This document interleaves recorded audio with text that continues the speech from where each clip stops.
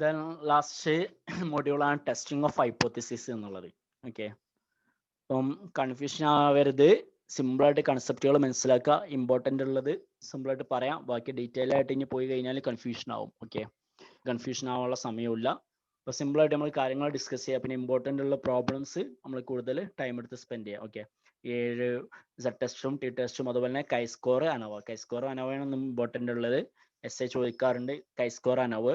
പിന്നെ സെഡ് ടെസ്റ്റും ടി ടെസ്റ്റുകളും പ്രോബ്ലംസ്. പിന്നെ എന്താണ് ടൈപ്പ് 1 എറർ, ടൈപ്പ് 2 എറർ, എന്താ degree of freedom, level of significance, എന്താണ് ടെസ്റ്റിംഗ് ഓഫ് ഹൈപ്പോത്തിസിസ്, പിന്നെ അതിൻ്റെ സ്റ്റെപ്സ്. ഓക്കെ, അങ്ങനെയുള്ള കുറച്ച് തിയറീസും ഈ 2-3-4 പ്രോബ്ലംസും അതൊന്ന് കോൺസെൻട്രേറ്റ് ചെയ്ത് പറയാം. ബാക്കിയുള്ളതൊക്കെ ഒന്ന് കൺസെപ്റ്റ് മാത്രം നമ്മളിങ്ങനെ പറഞ്ഞു പോവാം. ഓക്കെ, ഇപ്പോൾ നോട്ടിൽ നമ്മൾ ഡീറ്റെയിൽ ആയിട്ട് എഴുതിയിട്ടുണ്ടാവും. അത് ഡീറ്റെയിൽ ആയിട്ട് ഇപ്പം ഡിസ്കസ് ചെയ്യുന്നില്ല കേട്ടോ. കാരണം ഇപ്പം ഡിസ്കസ് ചെയ്യാന്നാൽ ബാക്കിയുള്ളവർ കൺഫ്യൂഷൻ ആവും, ബേസ് ഇല്ലാത്തവർ.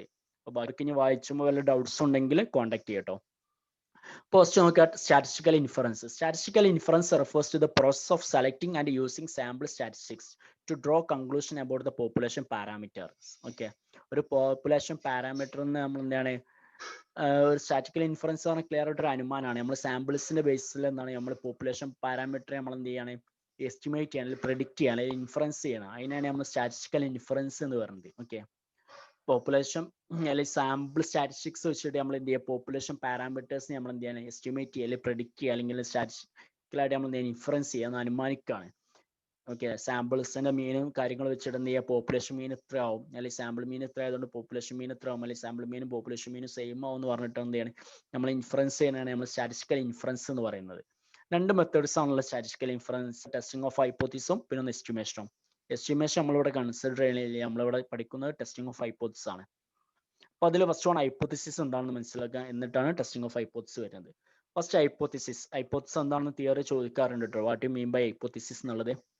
Hypothesis is a statement subject to verification ആണ്. More precisely, it is a quantitative statement about population, the validity of which remain to be tested. In other words, hypothesis is an assumption made about population parameter. Okay, അപ്പോൾ ഇത് simple ആയിട്ടൊരു meaning ഒന്ന് പഠിക്കുക. Hypothesis എന്ന് പറഞ്ഞാൽ statement ആണ്, subject verification. നമ്മൾ verify ചെയ്യാൻ വേണ്ടി നമ്മൾ ചെയ്യുന്ന സ്റ്റേറ്റ്മെന്റ് തന്നെയാണ് നമ്മൾ ഹൈപ്പോത്തിസ് എന്ന് പറഞ്ഞത്.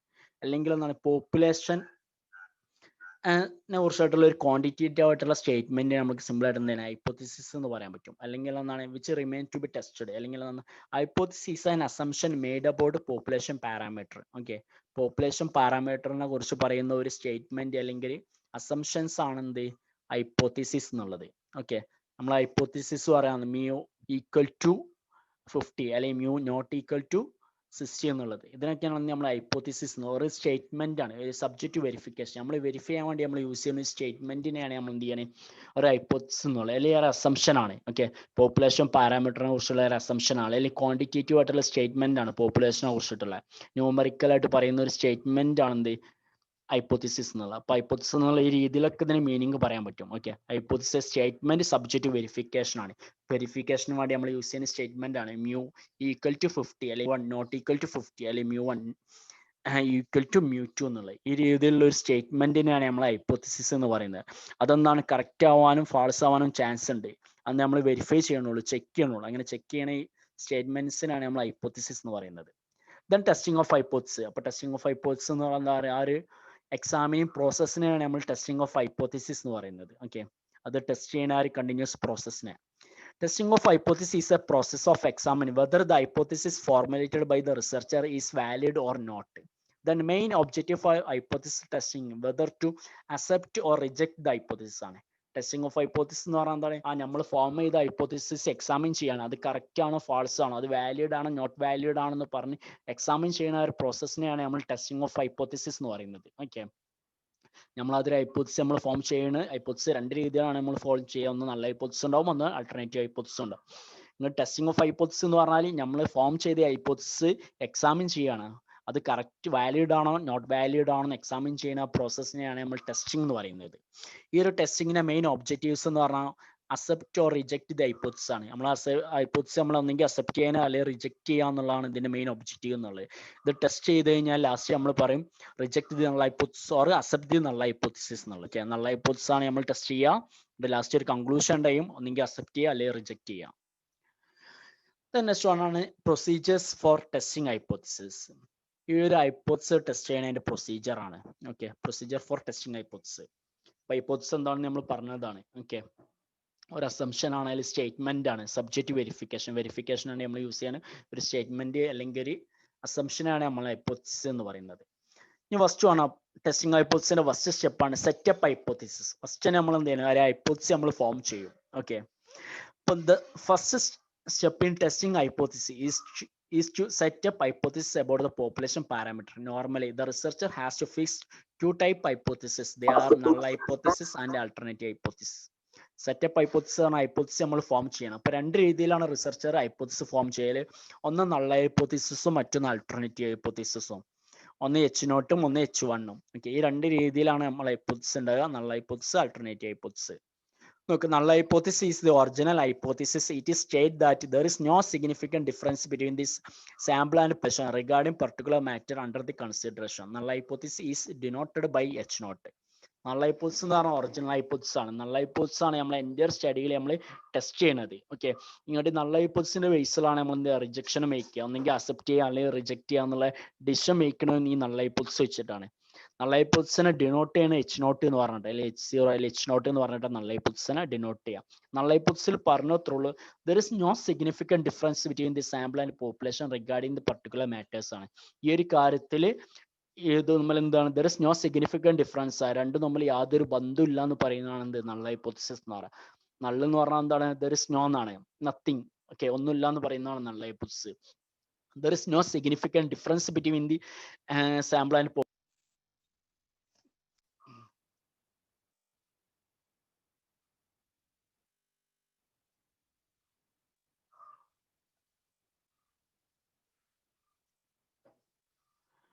ഓക്കെ, സ്ക്രീൻ വിസിബിൾ അല്ലേ?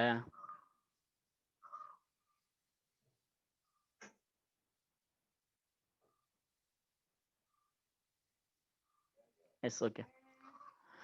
ഇപ്പൊ null hypothesis പറഞ്ഞാണ് there is no significant difference between the sample and population. രണ്ടും തമ്മിൽ എന്താണ് ഡിഫറൻസ് ഒന്നുമില്ല എന്ന് പറഞ്ഞാണ്. രണ്ടും ഈക്വൽ ആണെന്ന് പറയുന്നതാണ്. μ1 ഈക്വൽ ടു μ2 എന്ന് പറയുന്നതാണ്. ഓക്കെ, രണ്ടും ഈക്വൽ ആണെന്ന് പറയുന്നതാണ് എന്ത് null hypothesis എന്ന് പറഞ്ഞാൽ. μ1 ഈക്വൽ ടു μ2 അല്ലെങ്കിൽ μ1 ഈക്വൽ ടു 50 അല്ലെങ്കിൽ എന്ന രീതിയിൽ പറയുന്നതാണ് എന്ത് null hypothesis എന്നുള്ളത്. അല്ലെങ്കിൽ ചെക്ക് ചെയ്യാൻ പറഞ്ഞ കാര്യം കറക്റ്റ് ആണെന്ന് പറഞ്ഞതാണ് null hypothesis, ഡിഫറൻസ് ഒന്നും ഇല്ല എന്ന് പറയുന്നത്. Then second one alternative hypothesis എന്ന് പറയും. Any hypothesis other than null hypothesis is called alternative hypothesis ആണ്. When a null hypothesis is rejected, the accept the null other hypothesis is known as alternative hypothesis. Alternative hypothesis is denoted by H1. For example, population mean is 50. An alternative hypothesis may any of the following three: H1 mu not equal to 50, H1 greater than 50, H1 less than 50. Okay, H0 and H1 are mutually exclusive statement in the sense of that cannot be held good simultaneously. Rejection of one implies the acceptance of the other. Okay, alternative hypothesis എന്ന് പറഞ്ഞാൽ null hypothesis അല്ലാത്തതൊക്കെ എന്താണ് alternative hypothesis ആണ്. Okay, null alternative അല്ലാത്തത് അതാണ് എന്ത് null alternative hypothesis എന്നുള്ളത്. null hypothesisന്റെ ബേസിലാണ് എന്ത് ചെയ്യുക, നമ്മൾ റിജക്ഷൻ എടുക്കുക. null hypothesis അക്സെപ്റ്റ് ചെയ്താൽ എന്ത് ചെയ്യും, alternative hypothesis റിജക്ട് ചെയ്യേണ്ടി വരും. null hypothesis റിജക്ട് ചെയ്ത് കഴിഞ്ഞാൽ alternative hypothesis നമ്മൾ എന്ത് ചെയ്യും, അക്സെപ്റ്റ് ചെയ്യും. ഈ കാരണം ഈ null hypothesis ആണ് നമ്മൾ ഫുള്ള് ടെസ്റ്റ് ചെയ്യണമെന്ന്, എക്സാമിൻ ചെയ്യണം, ചെക്ക് ചെയ്യണതൊക്കെ. alternative hypothesis അല്ല. ഇത് രണ്ടും എന്താണ്, മ്യൂച്വലി എക്സ്ക്ലൂസീവ് ആണ്. ഏതെങ്കിലും ഒന്ന് മാത്രമേ നമ്മൾ എന്ത് ചെയ്യുള്ളൂ, അക്സെപ്റ്റ് ചെയ്യുള്ളൂ. null hypothesis നമ്മൾ അക്സെപ്റ്റ് ചെയ്താൽ alternative hypothesis നമ്മൾ റിജക്ട് ചെയ്യും. null hypothesis നമ്മൾ റിജക്ട് ചെയ്ത് കഴിഞ്ഞാൽ alternative hypothesis നമ്മൾ അക്സെപ്റ്റ് ചെയ്യും. ഇപ്പം null hypothesis നമ്മൾ പറഞ്ഞു there is no significant difference ആണ്. രണ്ടും തമ്മിൽ എന്താണ്, ഡിഫറൻസ് ഒന്നുമില്ല. μ1 ഈക്വൽ ടു 50 എന്നാണ് നമ്മൾ null hypothesis എന്നുണ്ടെങ്കിൽ, അങ്ങനെയാണെങ്കിൽ നമ്മൾ alternative hypothesis എന്താവും, μ1 നോട്ട് ഈക്വൽ ടു 50 എന്നാവും. ഓക്കെ, അല്ലെങ്കിൽ എന്താ പാടുണ്ട്, μ1 ഗ്രേറ്റർ ദാൻ 50 എന്നാവും, അല്ലെങ്കിൽ μ1 ലെസ് ദാൻ 50 നോക്കാം. ഓക്കെ, നേരെ ഓപ്പോസിറ്റ് ആവാൻ വരിക alternative hypothesis. null hypothesis എന്താണ് ഫോം ചെയ്യുന്നത്, അതിന്റെ ഓപ്പോസിറ്റ് ആണ് the alternative hypothesis വരിക. then null hypothesis ആണ് ഒറിജിനൽ hypothesis. null hypothesis ആണ് നമ്മൾ ചെക്ക് ചെയ്യണത്. alternative hypothesis പറഞ്ഞാൽ എന്താണ്, null hypothesis അല്ലാത്തതിനെയാണ് നമ്മൾ alternative hypothesis എന്ന് പറയാം. null hypothesis അക്സെപ്റ്റ് ചെയ്യുകയാണെങ്കിൽ alternative hypothesis നമ്മൾ റിജക്ട് ചെയ്യും. null hypothesis റിജക്ട് ചെയ്യുകയാണെങ്കിൽ alternative hypothesis നമ്മൾ അക്സെപ്റ്റ് ചെയ്യും. ഇത് രണ്ടും എന്താണ്, മ്യൂച്വലി എക്സ്ക്ലൂസീവ് ആണ്. ഓക്കെ, അപ്പൊ ഇത്രയാണ് null hypothesis alternative hypothesis കുറിച്ചായിട്ട് പറയാനുള്ളത്. നോട്ട് ഈക്വൽ ടു എന്നുള്ള ഫോർമാറ്റ്സിലാണ് alternative hypothesis വരിക. സിഗ്നിഫിക്കൻറ്റ് ഡിഫറൻസ് ഉണ്ട് എന്നുള്ളത്. ദെൻ സെക്കൻഡ് വൺ ആണ് ഹൈപ്പോത്തസിസ് നമ്മൾ ഫോം ചെയ്തു കഴിഞ്ഞാൽ സെക്കൻഡ് സ്റ്റെപ്പാണ് set up suitable level of significance. രണ്ട് level suitable level of significance നമ്മൾ സെറ്റ് ചെയ്യണം. Okay, the level of significance is the maximum probability of reject null hypothesis when it is true. Level of significance എന്ന് പറയുന്നതാണ് maximum probability of reject null hypothesis when it is true. Null hypothesis true ആകുമ്പോഴും അത് reject ചെയ്യാനുള്ള ഒരു maximum പ്രോബിലിറ്റീസിനാണ് നമ്മൾ level of significance എന്ന് പറയുന്നത്. Okay, true ആവുമ്പോഴും അത് reject ആവാനുള്ള ഒരു ചാൻസ്, ഓക്കെ, അല്ലെങ്കിൽ റിജക്ട് ചെയ്യാനുള്ള ഒരു പ്രോബിലിറ്റി, അതിനാണ് നമ്മൾ ലെവൽ ഓഫ് സിഗ്നിഫിക്കൻസ് ചെയ്യുന്നത്. പറയുന്നത് for example, if level of significance is 5%, it means that in the long run the researchers is rejecting true null hypothesis 5 times of every 100 times. The level of significance is denoted by alpha. The probability of rejecting null hypothesis when it is true, generally the level of significance is fixed at 1% or 5%. Okay, level of significance സാധാരണ രീതിയിൽ രണ്ടെണ്ണമാണ് പറയല്, 1% അല്ലെങ്കിൽ 5%. Okay, ഇപ്പൊ ഇതിൽ 1% ഉള്ള 5%. ഇപ്പൊ 5% level of significance എന്ന് പറഞ്ഞാൽ മീൻ ചെയ്യുന്നത് എന്താ വെച്ചാൽ ലോങ് റണ്ണിൽ റിസർച്ചർ അത് 100 ടൈംസിൽ അത് റിപ്പീറ്റ് ചെയ്യുകയാണെങ്കിൽ 5 ടൈംസ് എന്താണ് റിജക്റ്റ് ആവാനുള്ള അല്ലെങ്കിൽ തെറ്റൊരാളുടെ ചാൻസ് ഉണ്ട് എന്നാണ് ലെവൽ ഓഫ് സിഗ്നിഫിക്കൻസ് മീൻ ചെയ്യുന്നത്. Okay, maximum probability of reject എന്നുള്ള hypothesis when it is true ആണ്. സാധാരണ രീതിയിൽ നമ്മൾ എന്താണ് ട്രൂ ആകുമ്പോൾ നമ്മൾ അക്സെപ്റ്റ് ചെയ്യണം, പക്ഷെ ട്രൂ ആകുമ്പോഴും റിജക്റ്റ് ചെയ്യാനുള്ള മാക്സിമം പ്രോബിലിറ്റിനെയാണ് നമ്മൾ ലെവൽ ഓഫ് സിഗ്നിഫിക്കൻസ് എന്ന് പറയുന്നത്. ഒരു ട്രയൽസ് നമ്മൾ 100 ടൈംസ് അത് റിപ്പീറ്റ് ചെയ്യുകയാണെങ്കിൽ അതിൽ 5 ടൈംസ് എന്താണ് എറർ സംഭവിക്കാനുള്ള ചാൻസ് ഉണ്ട്, അല്ലെങ്കിൽ 5 ടൈംസ് നമ്മൾ റിജക്റ്റ് ചെയ്യാനുള്ള ചാൻസ് ഉണ്ട്, അതിനാൽ തെറ്റ് വരാനുള്ള ചാൻസ് ഉണ്ട്. അതിനെയാണ് നമ്മൾ എന്താണ് ലെവൽ ഓഫ് സിഗ്നിഫിക്കൻസ് എന്ന് പറയുന്നത്. ഇതിന് ഡിനോട്ട് ചെയ്യുന്നത് അൽഫ എന്നുള്ളതാണ്. അൽഫന്റെ ആ സിമ്പിൾ ശ്രദ്ധിക്കണം കേട്ടോ. ലെവൽ ഓഫ് സിഗ്നിഫിക്കൻസിനെ ഡിനോട്ട് ചെയ്യാൻ വേണ്ടി നമ്മൾ ഇതിനാണ് അൽഫ എന്നുള്ളത്. ഓക്കെ, ഈ ലെവൽ ഓഫ് സിഗ്നിഫിക്കൻസിനാണ് നമ്മൾ ലാസ്റ്റ് റിജക്ഷൻ റീജിയണിലും അതുപോലെ ക്രിട്ടിക്കൽ റീജിയണിലൊക്കെ നമ്മൾ പറയില്ലേ ലെവൽ ഓഫ് സിഗ്നിഫിക്കൻസിനാണ്. ഇപ്പൊ ലെവൽ ഓഫ് സിഗ്നിഫിക്കൻസ് ഒഴിച്ചിട്ട് ബാക്കിയുള്ളതിനെയാണ് നമ്മൾ കോൺഫിഡൻസ് ലെവൽ എന്ന് പറയാം. ടോട്ടൽ 100 ഏരിയ ആണല്ലോ നോർമൽ കറിവ് എന്നുള്ളത്. അത് ലെവൽ ഓഫ് സിഗ്നിഫിക്കൻസ് 5% ആണെന്ന് പറഞ്ഞാൽ ബാക്കി 95% എന്താണ് കോൺഫിഡൻസ് ലെവലാണ്. നോക്കുക, confidence level it measure the reliability of A result. Confidence level of 95% or 0.95 means there is a probability at least 95% that result is reliable. 95% എന്നാണ് ആ റിസൾട്ട് റിലയബിൾ ആവാൻ ചാൻസ് കൂടുതലാണെന്നാണ്. ഓക്കെ, ഇപ്പൊ ലെവൽ ഓഫ് സിഗ്നിഫിക്കൻസ് 5 എന്ന് പറഞ്ഞാൽ എന്താണ് 5% ആ result എന്താണ് error ആവാൻ ചാൻസ് ഉണ്ട് എന്നാണ്. ഓക്കെ, അപ്പൊ ബാക്കി വരാൻ 95% എന്താണ് കോൺഫിഡൻസ് ആണ് വരിക, കോൺഫിഡൻസ് ലെവലാണ്. അപ്പൊ 95%ഉം ആ റിസൾട്ട് എന്താണ് സത്യമാവാനാണ് ചാൻസ് എന്നാണ് ഇത് കോൺഫിഡൻസ് ലെവലിൽ മീൻ ചെയ്യുന്നത്. ഓക്കെ, ഇപ്പൊ ലെവൽ ഓഫ് സിഗ്നിഫിക്കൻസ് ആണ് സെക്കൻഡ് പറഞ്ഞ സൂട്ടബിൾ ലെവൽ ഓഫ് സിഗ്നിഫിക്കൻസ്. ഇനി ക്വസ്റ്റ്യനിൽ 1% 5% എന്ന് ക്വസ്റ്റ്യനിൽ ക്ലിയർ ആയിട്ട് പറയും. ഇനി ക്വസ്റ്റ്യനിൽ ഒന്നും പറഞ്ഞില്ല എന്നുണ്ടെങ്കിൽ നമ്മൾ ഡിഫാൾട്ട് ആയിട്ട് വെക്കേണ്ട ലെവൽ ഓഫ് സിഗ്നിഫിക്കൻസ് എന്നുള്ളത് 5% ആണ്. ക്വസ്റ്റ്യനിൽ ലെവൽ ഓഫ് സിഗ്നിഫിക്കൻസിനെ കുറിച്ചിട്ട് ഒന്നും പറഞ്ഞിട്ടില്ല എന്നുണ്ടെങ്കിൽ ഡിഫാൾട്ട് ആയിട്ടുള്ള ലെവൽ ഓഫ് സിഗ്നിഫിക്കൻറ്റ് 5% ആണ്. അല്ല എന്നുണ്ടെങ്കിൽ ക്വസ്റ്റ്യനിൽ പറഞ്ഞത് 1 ആണോ 5 ആണോ അത് കൺസിഡർ ചെയ്യും. ദെൻ തേർഡ് വൺ ആണ് ഡിസൈഡ് ടെസ്റ്റ് ക്രൈറ്റീരിയ. ഏത് ടെസ്റ്റ് ആണ് നമ്മൾ ചെയ്യണത് എന്നുള്ള ടെസ്റ്റ് ക്രൈറ്റീരിയാസ് നമ്മൾ ചെക്ക് ചെയ്യണം. In testing the hypothesis is to select appropriate test criteria. Commonly used test Z test, T test, chi-square test, F test ആണ്. Okay, അപ്പം ഏത് ടെസ്റ്റ് ആണ് നമ്മൾ ചെയ്യണമെന്ന് നമ്മൾ കൺഫേം ചെയ്യണം, ഡിസൈഡ് ചെയ്യണം. ഇപ്പൊ Z ടെസ്റ്റ് നമ്മൾക്ക് അറിയില്ല. ഹൈപ്പോത്തസിസ് ഇൻവോൾവ് ചെയ്ത് ലാർജ് സാമ്പിൾ ആണെങ്കിൽ നമ്മൾ Z ടെസ്റ്റ് ആണ് യൂസ് ചെയ്യുക. സ്മാൾ സാമ്പിൾ ആണെങ്കിൽ നമ്മൾ T ടെസ്റ്റ് യൂസ് ചെയ്യും. ദെൻ chi-square നമ്മൾ എപ്പോഴാണ് യൂസ് ചെയ്യണേ? ആ difference between the observed frequency and expected frequencies ആണ്. ഈ എക്സ്പെക്റ്റഡ് ഫ്രീക്വൻസി അതുപോലെ ഒബ്സർവ്ഡ് ഫ്രീക്വൻസി നമ്മൾ ഡിഫറൻസ് ഉണ്ടോ ഇല്ല എന്ന് ചെക്ക് ചെയ്യാനാണ് നമ്മൾ chi-square ടെസ്റ്റ് യൂസ് ചെയ്യുക. ലാർജ് സാമ്പിൾ ആണ് നമ്മൾ Z ടെസ്റ്റ്, സ്മാൾ സാമ്പിൾ ആണ് T ടെസ്റ്റ്, ഒബ്സർവ്ഡ് ഫ്രീക്വൻസിയും അതുപോലെ എക്സ്പെക്റ്റഡ് ഫ്രീക്വൻസി ഡിഫറൻസ് ഉണ്ടോ ഇല്ല എന്ന് അറിയാനാണെങ്കിൽ chi-square ടെസ്റ്റ് ചെയ്യും. Then without any reference, the population parameters for testing the sample variance test ചെയ്യാനാണെങ്കിൽ F ടെസ്റ്റ് ചെയ്യും. Okay, more than 2 variance test ചെയ്യാനാണെങ്കിൽ അനോവ. ഓക്കെ, ഈ രീതിയിലാണ് നമ്മൾ എന്ത് ചെയ്യുക ടെസ്റ്റ് യൂസ് ചെയ്യുക. അപ്പൊ ഏത് ടെസ്റ്റ് ആണെന്ന് ചിലപ്പോൾ ക്വസ്റ്റ്യനിൽ ക്ലിയർ ആയിട്ട് പറയണമെന്നില്ല കേട്ടോ, സിറ്റുവേഷൻ തന്നിട്ടുണ്ടാവും. ഇപ്പൊ ലാർജ് സാമ്പിൾ ആണ് നമുക്കറിയാം, അവിടെ നമ്മൾ Z ടെസ്റ്റ് ആണ് യൂസ് ചെയ്യേണ്ടത്. സ്മാൾ സാമ്പിൾ ആണ് നമുക്കറിയാം T ടെസ്റ്റ് ആണ്. അതുപോലെ തന്നെ രണ്ടും നമ്മൾ ഡിഫറൻസ് ആണ്, ഒബ്സർവ്ഡും എക്സ്പെക്റ്റഡും നമ്മൾ ഡിഫറൻസ് ആണ് chi-square ആണ്. Than sample variance 2 samples variance കാണാനാണ് F ടെസ്റ്റ് ആണ്. More than 2 or more variables നമ്മളുള്ള സാമ്പിൾ വേരിയൻസ് കാണാനാണെങ്കിൽ നമുക്കറിയാം അനോവയാണ് എന്നുള്ളത്. അപ്പൊ ഈ ഒരു സിറ്റുവേഷൻ വെച്ചിട്ട് നമ്മൾ ഏത് ടെസ്റ്റ് ആണെന്ന് നമ്മൾ ചൂസ് ചെയ്യാം. ദെൻ ഫോർത്ത് വൺ ആണ് calculation of test statistics. Okay, then ആ ഒരു സെഡ് ടെസ്റ്റ് ആണ് ടി ടെസ്റ്റ് ആണെന്ന് നമ്മൾ ഡിസൈഡ് ചെയ്യുന്നതാണ്. അതിന്റെ കാൽക്കുലേറ്റ് ചെയ്യുക, അതിന്റെ ഇക്വേഷൻ വെച്ചിട്ട് ആ ഒരു പ്രോബ്ലം ചെയ്തിട്ട് എന്ത് ചെയ്യുക, അതിന്റെ കാൽക്കുലേറ്റഡ് വാല്യൂ ഫൈൻഡ് ചെയ്യണതിനാണ് നമ്മൾ കാൽക്കുലേഷൻ ഓഫ് ടെസ്റ്റ് സ്റ്റാറ്റിസ്റ്റിക്സ് എന്ന് പറയുന്നത്. ഓക്കെ, ഇക്വേഷൻ ഫോം ചെയ്തിട്ട് നമ്മൾ എന്ത് ഇക്വേഷനിൽ സപ്ലൈ ചെയ്തിട്ട് സോൾവ് ചെയ്യണേ അതാണ്. ദെൻ മേക്കിംഗ് ഡിസിഷൻ ആണ്. നമ്മൾ ഇക്വേഷൻ സോൾവ് ചെയ്ത് കഴിഞ്ഞാൽ നമുക്ക് ഒരു കാൽക്കുലേറ്റഡ് വാല്യൂ കിട്ടും. കാൽക്കുലേറ്റഡ് വാല്യൂ കിട്ടി കഴിഞ്ഞാൽ നമ്മൾ ലാസ്റ്റ് ഡിസിഷൻ എടുക്കണം. അപ്പോൾ കാൽക്കുലേറ്റഡ് വാല്യൂ ഉണ്ടാവും, പിന്നെ ടാബ്ലു വാല്യൂ നമ്മൾ ഫൈൻഡ് ചെയ്യും. എന്നിട്ട് ഈ കാൽക്കുലേറ്റഡ് വാല്യൂം ടാബ്ലു വാല്യൂം തമ്മിൽ കമ്പയർ ചെയ്തിട്ടാണ് എന്ത് ചെയ്യുക, നമ്മൾ ഡിസിഷൻ മേക്ക് ചെയ്യുക. ഡിസിഷൻ മേക്ക് ചെയ്യുമ്പോൾ നമ്മൾ എപ്പോഴും പറയാം നൾ ഹൈപ്പോത്തസിസ് അക്സെപ്റ്റ് ചെയ്യോ അല്ലെങ്കിൽ നൾ ഹൈപ്പോത്തസിസ് റിജക്ട് ചെയ്യോ എന്നാണ്. ഓക്കെ, നോക്കുക. Finally we may draw conclusion and take decision ആണ്. The decision may be either or reject the null hypothesis ആണ്. ഡിസിഷൻ എപ്പോഴും എന്താണ്, നൾ ഹൈപ്പോത്തസിസ് അക്സെപ്റ്റ് ചെയ്യോ റിജക്ട് ചെയ്യോ എന്നാണ് പറയാ. ഹൈപ്പോത്തസിസ് ആണ് നമ്മൾ ചെക്ക് ചെയ്യാം. Calculated value is more than table value, we reject the null hypothesis. ഇത് പഠിച്ചു വെക്കണം കേട്ടോ. ഇതെല്ലാ കേസിലും നമ്മൾ ഈ സെറ്റ് ആണ് ടി ആണ് എല്ലാത്തിനും ഡിസിഷൻ മേക്ക് ചെയ്യുമ്പോൾ ഒറ്റ ഇതാണ് നോക്കുക. കാൽക്കുലേറ്റഡ് വാല്യൂം ടാബ്ലു വാല്യൂ നമ്മൾ കമ്പയർ ചെയ്യും. Calculated values more than table value ആണെങ്കിൽ റിജക്ട് ദി നൾ ഹൈപ്പോത്തസിസ് ആണ്. ഓക്കെ, കാൽക്കുലേറ്റഡ് വാല്യൂ ടാബ്ലു വാല്യൂവിനാട്ടിലും കൂടുതലാണെങ്കിൽ നമ്മൾ എന്ത് ചെയ്യും, നൾ ഹൈപ്പോത്തസിസ് നമ്മൾ റിജക്ട് ചെയ്യും. നൾ ഹൈപ്പോത്തസിസ് റിജക്ട് ചെയ്യാന്ന് പറഞ്ഞാൽ എന്താണ്, അക്സെപ്റ്റ് ദി ആൾട്ടർനേറ്റീവ് ഹൈപ്പോത്തസിസ് ആണ്. നൾ ഹൈപ്പോത്തസിസ് റിജക്ട് ചെയ്തെന്ന് പറഞ്ഞാൽ എന്താണ്, ആൾട്ടർനേറ്റീവ് ഹൈപ്പോത്തസിസ് നമ്മൾ അക്സെപ്റ്റ് ചെയ്യാണ്. Then calculated value is less than table value ആണെങ്കിൽ അക്സെപ്റ്റ് ദി നൾ ഹൈപ്പോത്തസിസ് ആണ്. Okay, calculated value less than table value ആണ്. നമ്മൾ കാൽക്കുലേറ്റ് ചെയ്ത വാല്യൂ ടാബ്ലു വാല്യൂവിനാട്ടിലും കുറവാണെങ്കിൽ അക്സെപ്റ്റ് ദി നൾ ഹൈപ്പോത്തസിസ് ആണ്. ഓക്കെ, അപ്പൊ ഇനി എല്ലാത്തിലും എന്താണ് ലാസ്റ്റ് കാൽക്കുലേറ്റ് ചെയ്തിട്ട് ഡിസിഷൻ ചെയ്താണ്ടാവും. ഈ ഒരു സ്റ്റെപ്പ് ഇമ്പോർട്ടന്റ് ആണ്. കാൽക്കുലേറ്റഡ് വാല്യൂ മോർ ദാൻ ആണോ ലെസ് ദാൻ ആണോ നോക്കുക. കാൽക്കുലേറ്റഡ് മോർ ദാൻ ആണ്, ടാബ്ലു വാല്യൂട്ടിന് കൂടുതലാണ് നമ്മൾ കാൽക്കുലേറ്റഡ് വാല്യൂ എന്നുണ്ടെങ്കിൽ നമ്മൾ എന്ത് ചെയ്യണം, നൾ ഹൈപ്പോത്തസിസ് നമ്മൾ റിജക്ട് ചെയ്യണം.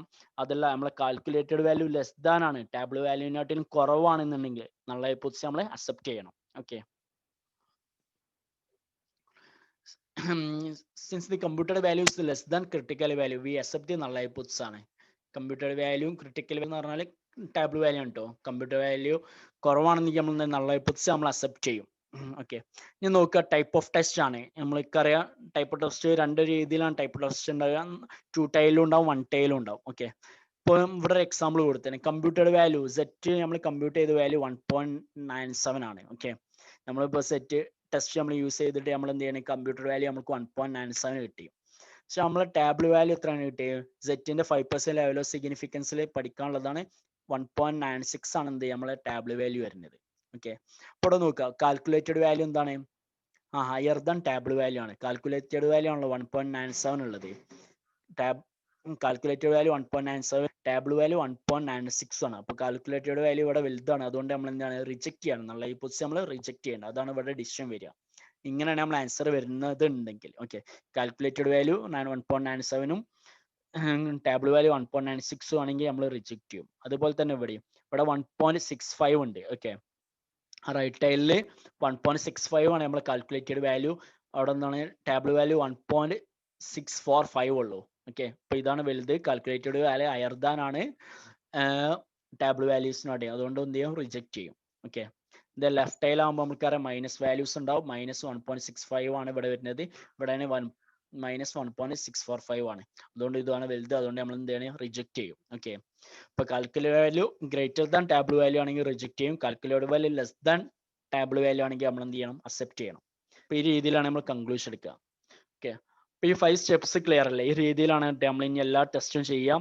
ഒന്ന് ഹൈപ്പോത്തസിസ് നമ്മൾ ഫോം ചെയ്യും, ലെവൽ ഓഫ് സിഗ്നിഫിക്കൻസ് നമ്മൾ നോക്കും, ദെൻ ഏത് ടെസ്റ്റ് ആണെന്ന് നമ്മൾ ഡിസൈഡ് ചെയ്യും. ടെസ്റ്റ് ആണ് അതിന് ക്രൈറ്റീരിയാസ്, പിന്നെ ഒരുപാട് ക്രൈറ്റീരിയാസ് ഉണ്ട്. അപ്പം മെയിൻ ആയിട്ടുള്ള ബേസിക് ക്രൈറ്റീരിയാസ് നമ്മൾ മനസ്സിലാക്കാം. 30ന്റെ എബോവ് ആണെങ്കിൽ സെറ്റും, ബിലോ 30 ടിയും, ഡിഫറൻസ് ആണെങ്കിൽ ഒബ്സർവ്ഡും എക്സ്പെക്റ്റഡ് ആണെങ്കിൽ ഡിഫറൻസ് ആണ് കൈ സ്കോറും, സാമ്പിൾ വേരിയൻസ് ആണെങ്കിൽ എഫും. ഓക്കെ, ദെൻ അതിന്റെ ഇക്വേഷനിൽ നമ്മൾ അപ്ലൈ ചെയ്യും. ദെൻ ഡിസ്റ്റൻസ് നമ്മൾ മേക്ക് ചെയ്യും. Okay, then sample distribution and standard എററും. സാമ്പിൾ ഡിസ്ട്രിബ്യൂഷൻ എന്ന് പറഞ്ഞാൽ അറിയാലോ, സ്റ്റാറ്റിസ്റ്റിക്സ് വെച്ചിട്ടുള്ള sample distribution all possible values which can be assumed by some statistic computer from the samples of the same size of randomly drawn from the same population is called a sampling distributions, that is statistics. Okay, ഒരു sampling distribution എന്ന് പറഞ്ഞാൽ ഒരു പോപ്പുലേഷന്റെ samples വെച്ചിട്ടുള്ള എല്ലാ random സാമ്പിൾസും വെച്ചിട്ടുള്ള ഒരു distribution ടേബിൾസിനെയാണ് നമ്മൾ sampling distribution എന്ന് പറയുന്നത്. ഓക്കെ, Then standard error എന്ന് പറഞ്ഞാൽ standard error is the standard deviation of the sampling distribution. നമ്മൾ തന്നിരിക്കുന്ന ആ സാമ്പിളിംഗ് ഡിസ്ട്രിബ്യൂഷനിലുള്ള സ്റ്റാൻഡേർഡ് ഡീവിയേഷനാണ് നമ്മൾ സ്റ്റാൻഡേർഡ് എറർ എന്ന് പറയുന്നത്.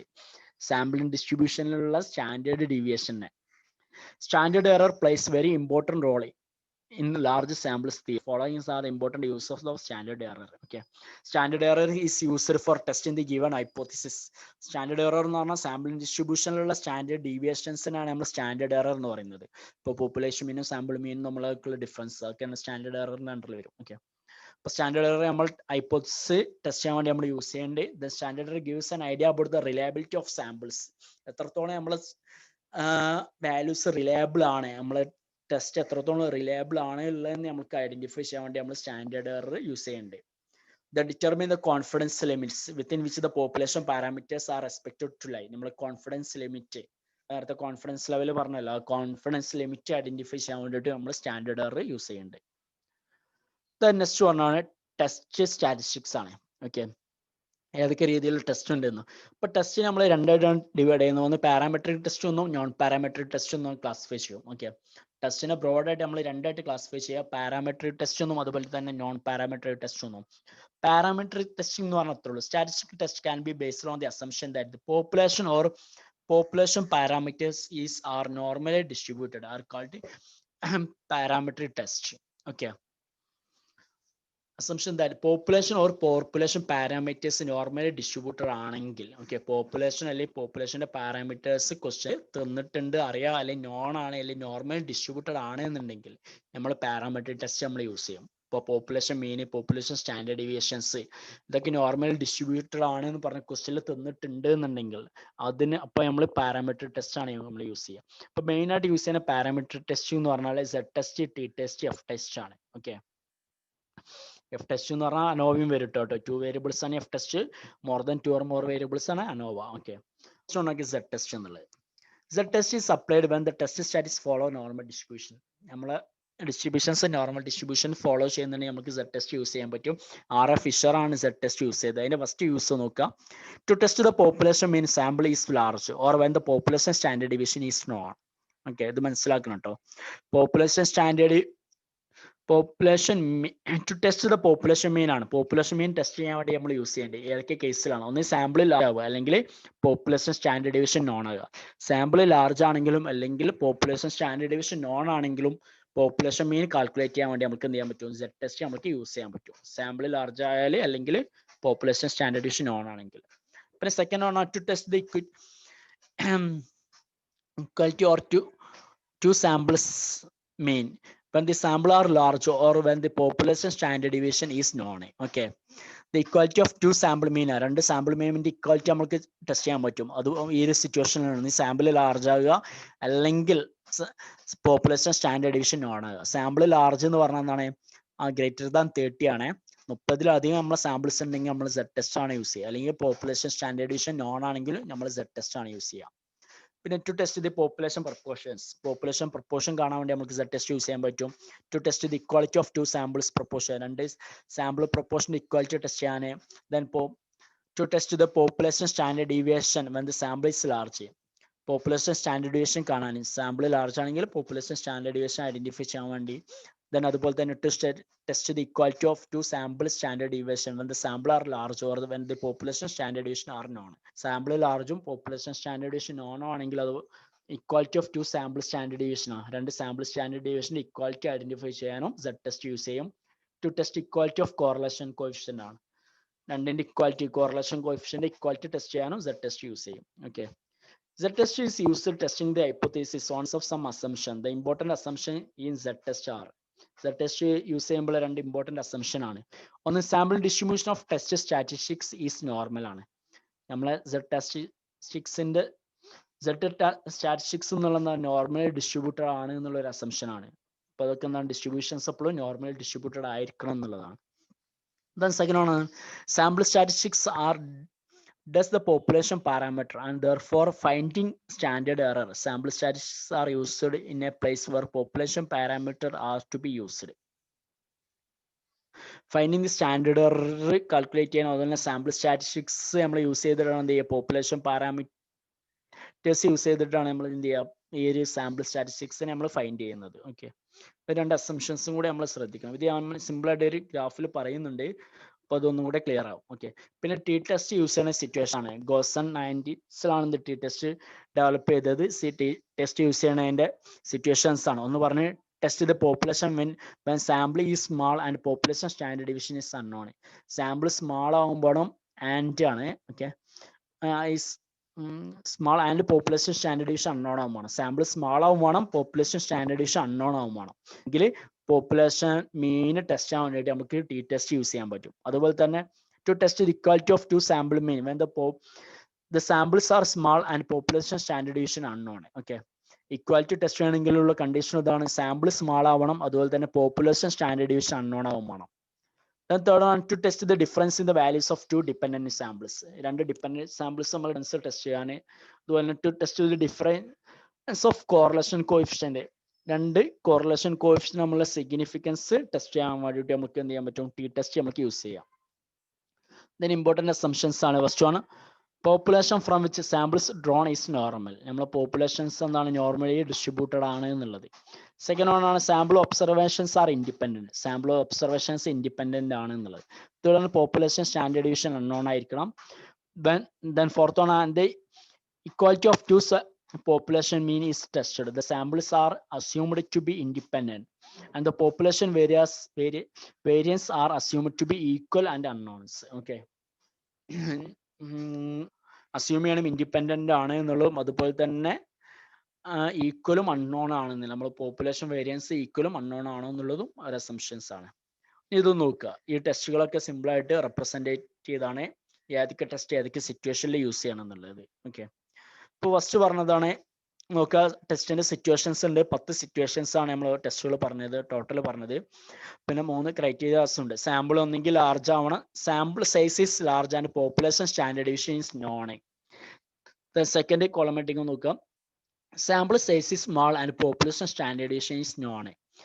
Third one sample size is small and population standard division is unknown. ഇനി നോക്കുക, സിമ്പിൾ ആയിട്ട് മനസ്സിലാക്കുക.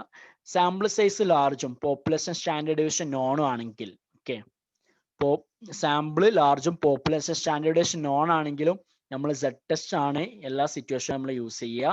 രണ്ട് സിറ്റുവേഷനും ആയിരിക്കുക. ഓക്കെ, പെയർഡ് മീനും അതുപോലെ തന്നെ ടെസ്റ്റും സിഗ്നിഫിക്കൻസ് കോറിലേഷൻ കോഎഫിഷ്യന്റ് കാണാനും ഒഴികെ ബാക്കി 8 സിറ്റുവേഷനിൽ നമ്മൾ എന്ത് ചെയ്യുക, സെഡ് ടെസ്റ്റ് ആണ് നമ്മൾ യൂസ് ചെയ്യുക. സാമ്പിൾ ലാർജും പോപ്പുലേഷൻ സ്റ്റാൻഡേർഡ് ഡിവിഷൻ നോണും ആണെങ്കിൽ സെഡ് ടെസ്റ്റ് ആണ് നമ്മൾ യൂസ് ചെയ്യുക. ഓക്കെ, ഈ ലാസ്റ്റുള്ള 2 സിറ്റുവേഷനിൽ ഒഴികെ ബാക്കി എല്ലാത്തിലും നമ്മൾ എന്ത് ചെയ്യുക, സെഡ് ടെസ്റ്റ് ആണ് യൂസ് ചെയ്യുക. ഗിവൺ പോപ്പുലേഷൻ ടെസ്റ്റ് ചെയ്യാനും അതുപോലെ equality of to means test ചെയ്യാനും പോപ്പുലേഷൻ പ്രൊപ്പോർഷൻ ടെസ്റ്റ് ചെയ്യാനും then ടു പ്രൊപ്പോർഷൻസ് ടെസ്റ്റ് ചെയ്യാനും പോപ്പുലേഷൻ സ്റ്റാൻഡേർഡ് ഡീവിയേഷൻസ് ടെസ്റ്റ് ചെയ്യാൻ വേണ്ടി then equality of two standard deviations, then given correlation coefficient, then testing two correlation coefficient. ഈ 8 സിറ്റുവേഷനിൽ നമ്മൾ Z test ആണ് നമ്മൾ യൂസ് ചെയ്യുക. ഓക്കെ, സാമ്പിൾ സൈസ് above 30 ആണ്, പോപ്പുലേഷൻ സ്റ്റാൻഡേർഡ് ഡീവിയേഷൻ നോൺ ആയിരിക്കണം. then പിന്നെ ഉള്ള സിറ്റുവേഷൻ ആണ് സെഡ് ടെസ്റ്റ് യൂസ് ചെയ്യുന്നത്. സാമ്പിൾ സ്മാളും and population standard deviation known ആണെങ്കിലും സെഡ് ടെസ്റ്റ് ആണ് നമ്മൾ യൂസ് ചെയ്യുക. ഓക്കെ, സാമ്പിൾ സ്മാളും അതുപോലെ പോപ്പുലേഷൻ സ്റ്റാൻഡേർഡ് ഡീവിയേഷൻ നോൺ ആണെങ്കിലും സെഡ് ടെസ്റ്റ് ആണ് നമ്മൾ യൂസ് ചെയ്യുക.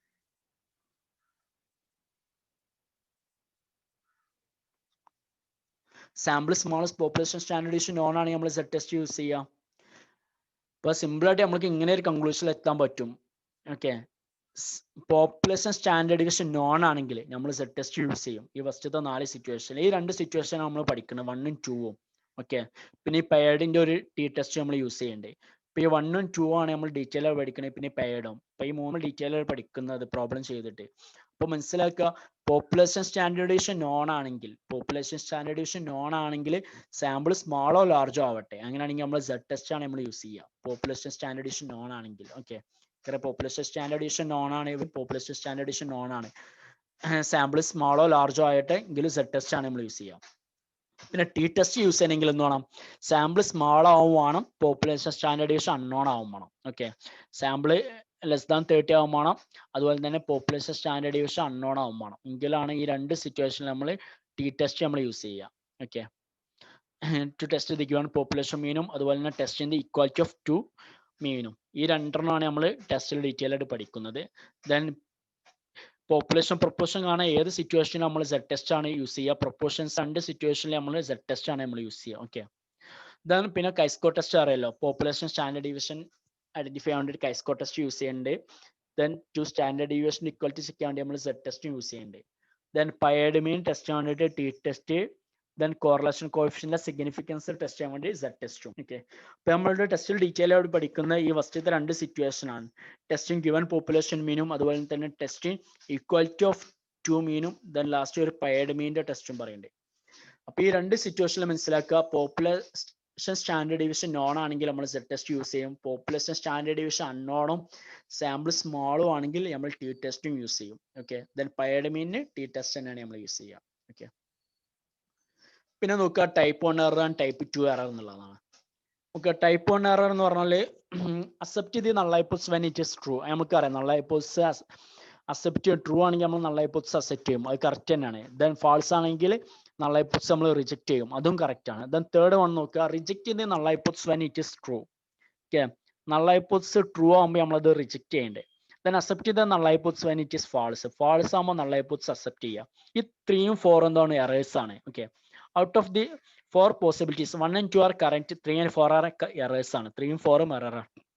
ദ എറർ ഇൻക്ലൂഡ് നോക്കുക, ഈ എറേഴ്സിനാണ് നമ്മൾ ടൈപ്പ് 1 എറർ എന്നും ടൈപ്പ് 2 എറർ എന്ന് പറയുന്നത്. അപ്പൊ ടൈപ്പ് 1 എറർ ആണ് ഈ first one, reject null hypothesis when it is true എന്നുള്ളത്. Okay, errors committed by reject null hypothesis when it is true. True ആകുമ്പോഴും നമ്മൾ എന്ത് ചെയ്യുക, നൾ ഹൈപ്പോത്തസിസ് നമ്മൾ റിജക്ട് ചെയ്യുക, അത് ടൈപ്പ് 1 എറർ ആണ്. ട്രൂ ആകുമ്പോൾ നമ്മൾ നേരിട്ട് അക്സെപ്റ്റ് ചെയ്യണം, പക്ഷേ ട്രൂ ആകുമ്പോൾ നമ്മൾ റിജക്ട് ചെയ്യുന്നത്, അതാണ് എന്ത് ടൈപ്പ് 1 എറർ എന്നുള്ളത്. Probability of committing type 1 error is denoted by alpha ആണ്. ഇപ്പൊ ടൈപ്പ് 1 എററിനെ നമ്മൾ ഡിനോട്ട് ചെയ്യുന്ന ആൽഫ വെച്ചിട്ടാണ്. So probability of type 1 error എന്ന് പറഞ്ഞാൽ ആൽഫ ആണ്, പ്രോബിലിറ്റി ഓഫ് ടൈപ്പ് 1 എറർ എന്ന്. ദെൻ ടൈപ്പ് 2 എറർ എന്ന് പറഞ്ഞാൽ ഫോർത്ത് വൺ ആണ്, accept null hypothesis when it is false ആണ്. ഫാൾസ് ആകുമ്പോൾ നമ്മൾ എന്ത് ചെയ്യണം, നൾ ഹൈപ്പോത്തസിസ് അക്സെപ്റ്റ് ചെയ്യുക, അതാണ് ടൈപ്പ് 2 എറർ എന്നുള്ളത്. There is errors committed by accepting null hypothesis when it is false is called type 2 error. Okay, probability of committing type 2 errors is denoted by beta ആണ്. Beta വെച്ചിട്ടാണ് ഇതിന്റെ probability നമ്മൾ denote ചെയ്യണത്. Okay, മറ്റേത് അൽഫ വെച്ചിട്ടും ഇവിടെ നമ്മൾ ബീറ്റ വെച്ചിട്ടും. ടൈപ്പ് 1 പറഞ്ഞാൽ അൽഫ, മറ്റേത് ബീറ്റ വെച്ചിട്ട്. ഓക്കെ, ദെൻ ടേബിൾ സിമ്പിൾ ആയിട്ട് പറഞ്ഞിരിക്കണേ. നോക്കുക, നൾ ഹൈപ്പോത്തസിസ് ട്രൂ ആകുമ്പോൾ അക്സെപ്റ്റ് ചെയ്യുക എന്നുള്ളതാണ് കറക്റ്റ് ഡിസ്റ്റൻസ് ആണ്. ട്രൂ ആകുമ്പോൾ നമ്മൾ അക്സെപ്റ്റ് ചെയ്യും, അത് കറക്റ്റ് ഡിസ്റ്റൻസ് ആണ്. അതിന്റെ കോൺഫിഡൻസ് ലെവൽ 1 - ആൽഫയാണ്. Okay, then null hypothesis true ആകുമ്പോൾ റിജക്ട് ചെയ്യുക. നൾ ഹൈപ്പോത്തസിസ് ട്രൂ ആകുമ്പോൾ റിജക്ട് ചെയ്യണതാണ് ടൈപ്പ് 1 എറർ എന്നുള്ളത്. സിമ്പിൾ പറഞ്ഞാൽ ആൽഫയാണ്. ഓക്കെ, ഡിനോട്ട് ചെയ്യുന്ന ആൽഫയാണ് ടൈപ്പ് 1 എററിനെ ഡിനോട്ട് ചെയ്യണത്. ഇത് തന്നെയാണ് നമ്മളെ ലെവൽ ഓഫ് സിഗ്നിഫിക്കൻസ് എന്ന് പറഞ്ഞാൽ. Okay, type 1 error, level of significance, alpha, അതൊക്കെ സെയിം തന്നെയാണ്. Okay, then null hypothesis false ആകുമ്പോൾ എന്താണ് നമ്മൾ എന്ത് ചെയ്യണം, റിജക്ട് ചെയ്യണം. നൾ ഹൈപ്പോത്തസിസ് നമ്മൾ ഫാൾസ് ആകുമ്പോൾ സാധാരണ റിജക്ട് ചെയ്യുകയാണ് ചെയ്യുക, അതാണ് കറക്റ്റ് ഡിസിഷൻ എന്നുള്ളത്. Okay, 1 - beta. ദെൻ ഫാൾസ് ആകുമ്പോൾ അക്സെപ്റ്റ് ചെയ്യുക എന്ന് പറഞ്ഞാൽ എന്താണ്, അത് ടൈപ്പ് 2 എറർ ആണ്. ഫാൾസ് ആകുമ്പോൾ അക്സെപ്റ്റ് ചെയ്യാറുള്ള ടൈപ്പ് 2 ആണ്, അതിനെ ഡിനോട്ട് ചെയ്യണത് ബീറ്റ ആണ്.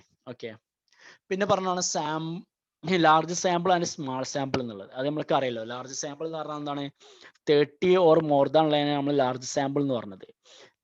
30 and less than ആണ് നമ്മൾ സ്മാൾ സാമ്പിൾ എന്ന് പറയും. Okay, sample size is 30 or less than 30 ആണ് നമുക്ക് ഇതിനെ സ്മാൾ സാമ്പിൾ എന്ന് പറയും. അതുപോലെ തന്നെ എക്സീഡ്സ് 30 ആണ്. ഓക്കെ, ഗ്രേറ്റർ ദാൻ 30 ആണെങ്കിൽ നമുക്ക് ഇതിനെ ലാർജ് സാമ്പിൾ എന്ന് പറയാൻ പറ്റും. ഓക്കെ, 30ഉം അതിലും കുറവാണെങ്കിൽ നമ്മളെ സാമ്പിൾസിന്റെ എണ്ണം എന്നുണ്ടെങ്കിൽ അതിനെ നമുക്ക് സ്മാൾ സാമ്പിൾ എന്നോ, 30-നെക്കാട്ടിലും കൂടുതലാണെങ്കിൽ നമുക്ക് അതിനെ സാമ്പിൾ എന്നും പറയാൻ പറ്റും. പിന്നെ ഡിസ്കസ് ചെയ്യാനുള്ളതാണ് ഡിഗ്രി ഓഫ് ഫ്രീഡം എന്നുള്ളത്. ഇതൊക്കെ ഓരോ പ്രോബ്ലത്തിൽ വരുന്നുണ്ടോ. Degree of freedom. Degree of freedom is defined as the number of independent observation which is obtained by subtracting the number of constraints from total number of observations. Okay, degree of freedom equal to total number of observations minus number of constraints. Simple ആയിട്ടൊരു example പറയാം. ഞാൻ നിങ്ങളോട് ഒരു 10 values select ചെയ്യാൻ പറഞ്ഞാണ്, 10 numbers select ചെയ്യാൻ പറഞ്ഞു.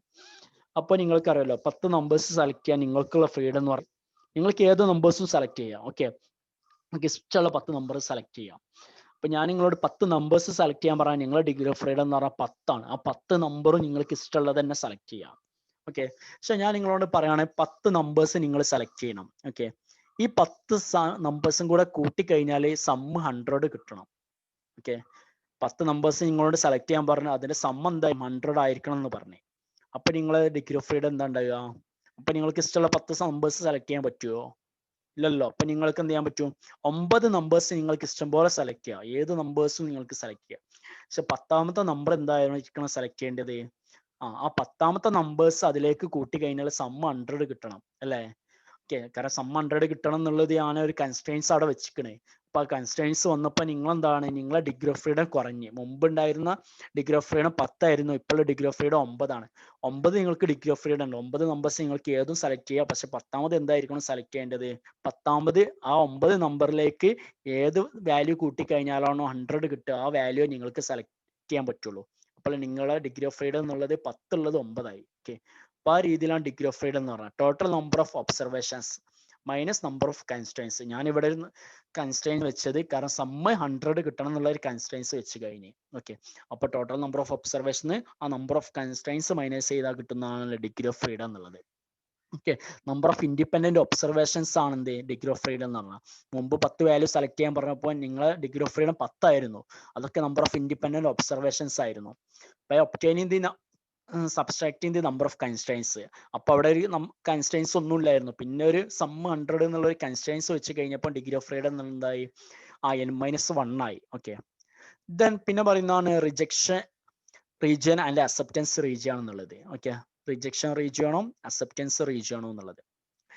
Rejection region acceptance region എന്ന് അറിയില്ല. The entire area of normal കർവിനെ നമുക്ക് 2 പാർട്സ് ആയിട്ട് ഡിവൈഡ് ചെയ്യാൻ പറ്റും. നോർമൽ കർവിനെ ഒന്ന് അക്സെപ്റ്റൻസ് റീജിയൻ എന്നും റിജക്ഷൻസ് റീജിയൻ എന്നും.